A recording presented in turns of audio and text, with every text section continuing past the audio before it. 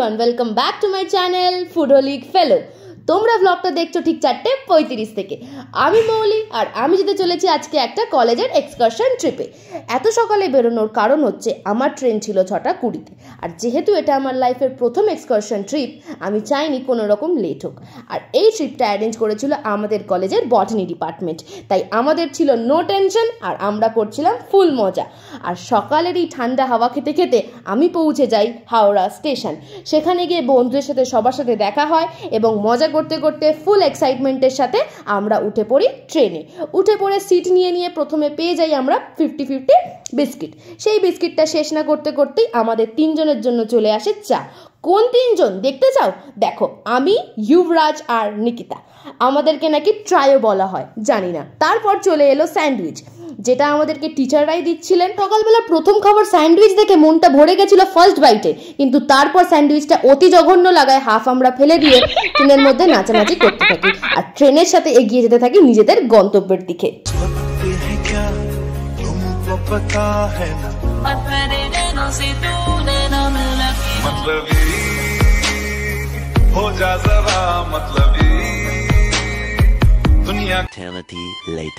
তারপর টানা 4 ঘন্টা জার্নি করার পর আমরা ফাইনালি পৌঁছে যাই ঘাটশিলা স্টেশন। সেখানে দাঁড়িয়ে কিছু গ্রুপ ফটো তোলার পর আমরা যে যার মতন এগিয়ে যাই গাড়ির দিকে। গাড়িতে করেই তো আমরা যাব আমাদের হোটেলে, যেখানে আমরা থাকবো আগামী 24 ঘন্টা। গাড়িতে বসতে না বসতেই পৌঁছে যাই আমরা হোটেল অনিন্দিতা প্যালেস। হোটেলের ইন্টেরিয়ারটা যথেষ্ট সুন্দর ছিল। এত সুন্দর হোটেল পাবো আমরা কখনো এক্সপেক্টও করিনি, যেহেতু এটা কলেজের এক্সকারশন ট্রিপ ছিল। তারপর আমরা সেখান থেকে ফ্রেশ হয়ে কিছুক্ষণ রেস্ট নিয়ে আবার বেরিয়ে পড়ি। সো আমরা ফ্রেশ হয়ে রেডি হয়ে বেরিয়ে পড়েছি, কিন্তু 20 মিনিটস ধরে এই গাড়ির মধ্যে আমরা ওয়েট করছি, যেটা খুবই প্যাথেটিক। আর ট্রেনের মধ্যে অর্ধেক খাবার আমরা ট্রেনের জানলা থেকে ফেলে দেওয়ার কারণে এখন আমরা প্রচণ্ড হাংরি, মানে পেট একেবারে হাতে নিয়ে ঘুরছি এরকম অবস্থা। সো প্রচুর খিদে পেয়েছে। 20 মিনিটস ধরে এরকম বদ্ধ গাড়িতে আমরা ওয়েট করছি, যেটা খুব মানে বাজে লাগছে। তো কিছু করারও নেই এখন। যেহেতু আমরা অনেকটা রাস্তা জার্নি করে এসেছি, তো সবাই একটু ক্লান্ত হয়ে পড়েছিল, বুঝতেই পারছিলাম। তাই জন্যই আমাদেরকে একটু ওয়েট করতে হয়েছে, কিন্তু কিছুক্ষণের মধ্যেই আমাদের গাড়ি রওনা দেয় আমাদের ফার্স্ট স্পটের দিকে। আর আমাদের ফার্স্ট স্পট ছিল চিত্রকূট হিল, যেটা আমি দেখার জন্য খুব এক্সাইটেড ছিলাম, যেহেতু প্রথম দিনের প্রথম জায়গা। আর এই দুর্গম রাস্তা অতিক্রম করেই পৌঁছে যাব আমরা সেই সুন্দর দৃশ্য দেখতে।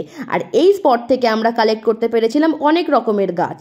আর এই দৃশ্যটা দেখার পর যে কেউ মনোমুগ্ধ হয়ে যাবে। কিন্তু দুর্ভাগ্যবশত এতটা রোদ্দুর থাকার কারণে আমরা ওখানে বেশিক্ষণ দাঁড়াতে পারিনি।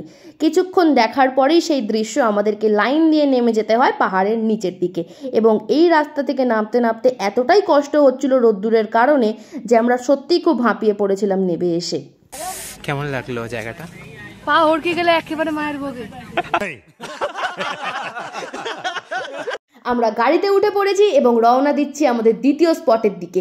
এটি আগেরটার চেয়ে আরও সুন্দর। এটি হচ্ছে বুরুডি লেক, যেটি পাহাড়ও আছে এবং জলও আছে। এবং এই জায়গায় আমরা অসম্ভব সুন্দর কিছু ছবি তুলেছি। সেটাকে দেখতে চাইলে আমার ইনস্টাগ্রামে গিয়ে তোমরা দেখতে পারো, ডেসক্রিপশন বক্সে দেওয়া আছে। এইবার আমরা এই পাহাড়ের ওপর থেকে দৃশ্যটাকে দেখছি, অসম্ভব সুন্দর।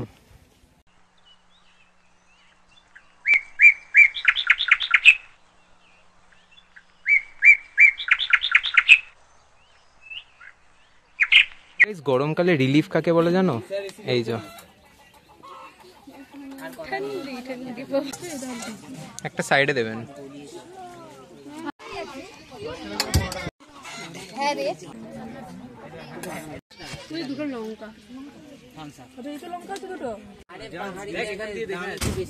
তুমি বাইটটা বানা তারপরে খা। ভালো খেতে। সারাদিনের ক্লান্তির পর আমি যখন খেতে বসেছিলাম, তখন যে খাবারটা ভালো হয়েছে এই কথাটুকুনি যে বলবো সেরকম শক্তিও আমার ছিল না, তবে খাবারটা যথেষ্ট ভালো ছিল।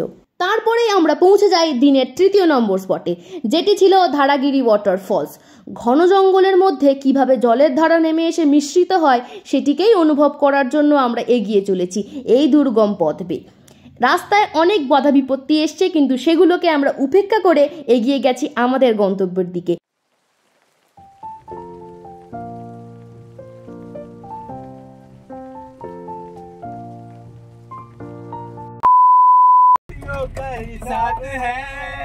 अरे जीने का ले ले मजा करने की क्या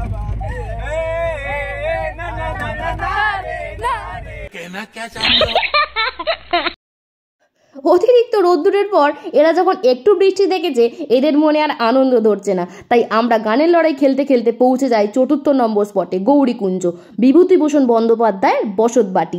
এখানে বিভূতিভূষণ বন্দ্যোপাধ্যায়ের লেখা অনেক কাব্যের অনেক সুন্দর সুন্দর ছবি আঁকা ছিল।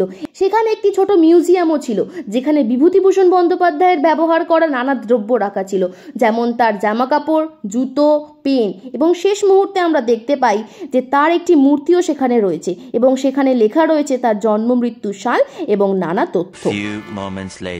সারাদিন বাইরে ঘোরার পর আমরা আবার ফেরত চলে এসেছি আমাদের হোটেলে এবং আমাদের রুমটা নাকি অনেকের তুলনায় অনেক বেটার ছিল এবং এই কমপ্লিমেন্টটা আমরা পেয়েছিলাম আমাদেরই বন্ধুদের থেকে।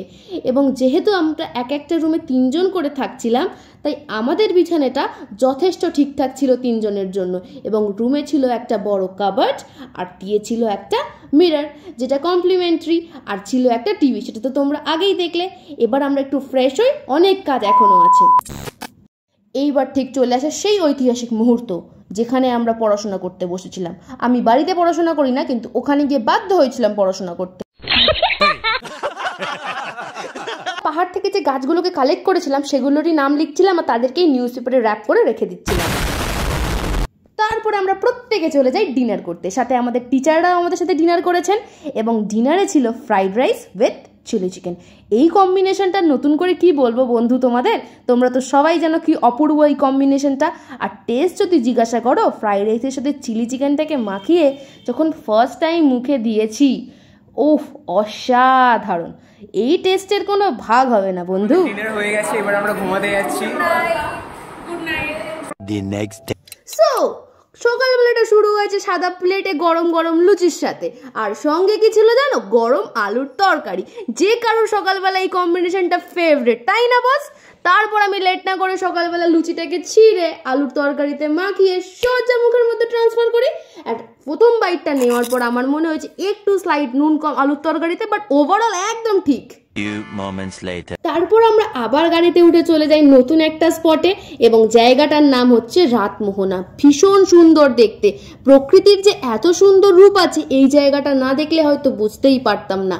জলের একটা অসম্ভব সুন্দর আওয়াজ কানে ভেসে আসছিল এবং জলের স্রোতে যখন আমরা প্রত্যেকে পা ডুবিয়ে বসেছিলাম ওই মুহূর্তটা যেন সারা জীবন জীবনের খাতায় লেখা থাকবে। তারপর আমরা প্রত্যেকে মজা করতে করতে ম্যামকে জিজ্ঞাসা করি, ম্যাম হাই বলুন।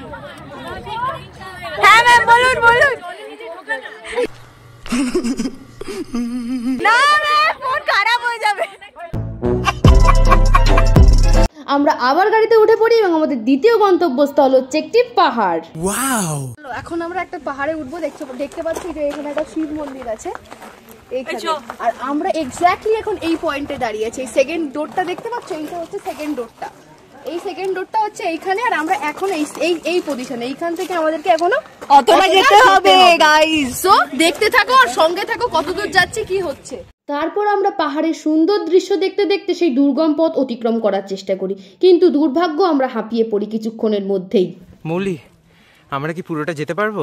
অবশ্যই পারবো, অনেকটা চলে এসছে আর কিছুটাই বাকি আছে, আর অল্প কষ্ট করলেই পৌঁছে যাবো। ভাই আমার অবস্থা খুবই খারাপ, আর তার মধ্যে আমরা খাচ্ছি এই ঠান্ডা জল। যদি আমাদের কালকে শরীর খারাপ করে তাহলে আমরা কি করবো? মরে যাবি। কি করবো? আমাদের কিছু করার নেই, কিন্তু তোমরা করতে পারো। কি করতে পারো? চ্যানেলটাকে সাবস্ক্রাইব, ভিডিওটাকে লাইক আর সুন্দর একটা কমেন্ট। ওই দুর্গম পাহাড়ি রাস্তা, মাথায় ছাতা দিয়ে ওই তীক্ষ্ণ রোদ্দুরের মধ্যে যে আমরা কিভাবে ক্রস করেছি একমাত্র আমরাই জানি, শুধুমাত্র সিদ্ধেশ্বরী শিব মন্দির দেখার আশায়। এবং যখন আমরা ফাইনালি মন্দিরের দর্শন পাই মনটা আনন্দে ভরে যায় এবং আমরা গিয়ে ভেতরে দেখতে পাই যে ওখানে আমাদেরই কিছু বন্ধু এবং স্যার ম্যামেরা পুজোয় বসেছেন এবং আমরাও যথারীতি ওদের পরে সুযোগ পেয়েছিলাম পুজো দেওয়ার।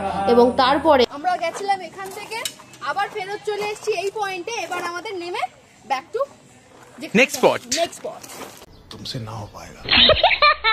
এবং মজার বিষয় হচ্ছে যে দোকানের সামনে আমরা এতক্ষণ দাঁড়িয়ে ভ্লগ বানাচ্ছিলাম সেই দোকানের সামনে থেকেই স্যার আমাদেরকে স্প্রাইট খাওয়ায়। স্যার আপনার এক্সপিরিয়েন্সটা কেমন স্যার? গরমে আর পারা যাচ্ছে না, খুব কাহিল অবস্থা। খুব কাহিল অবস্থা। একটু বৃষ্টি হলে ভালো হতো অথবা ঠান্ডা গেলে ভালো হতো। কিন্তু স্যার কোল্ড ড্রিঙ্কসটা খেয়ে খুব শান্তি পেলাম স্যার।